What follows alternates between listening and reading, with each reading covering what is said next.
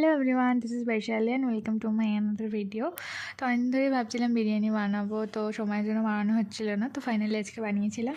আর এই বিরিয়ানিটা আমি একটা বোনের অনুরোধেই বানিয়েছিলাম, যদিও ওকে দিতে পারবো না, যেহেতু আমি ঘর থেকে অনেকটাই দূরে থাকি। তো প্রথমে বিরিয়ানির জন্য মাংসটা আমি ম্যারিনেট করে রেখেছিলাম সমস্ত মশলা দিয়ে। আর মাংস ম্যারিনেটের জন্য আমি একটা মশলা তৈরি করেছিলাম এলাচ, লবঙ্গ, জায়ফল আর গোলমরিচ দিয়ে।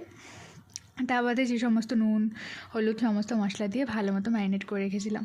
আর এখানে দুটো পেঁয়াজ সেদ্ধ করে রেখেছিলাম, সেই পেঁয়াজগুলো ভালো করে হাতে ম্যাশ করে দই দিয়ে মাংসটা 20 থেকে 25 মিনিট মতো ম্যারিনেট করে রেখেছিলাম। আর সাথে বিরিয়ানি মশলা আর 2 চামচ মতো আদা রসুন পেস্ট দিয়েছিলাম।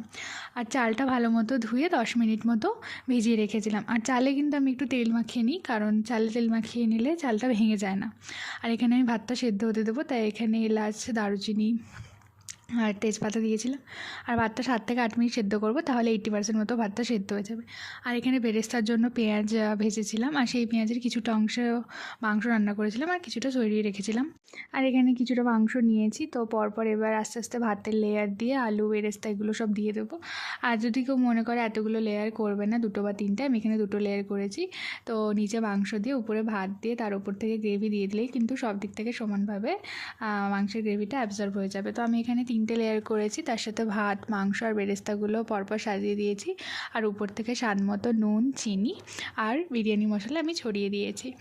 তো ফাইনালি এইভাবে 3টে লেয়ার তৈরি করার পর তো ফাইনালি এটা আমাদের লুক বিরিয়ানির। তো এবার এটাকে স্টিমে বসিয়ে দিতে হবে, আর স্টিমটা ওই 35 থেকে 40 মিনিট মতন করব।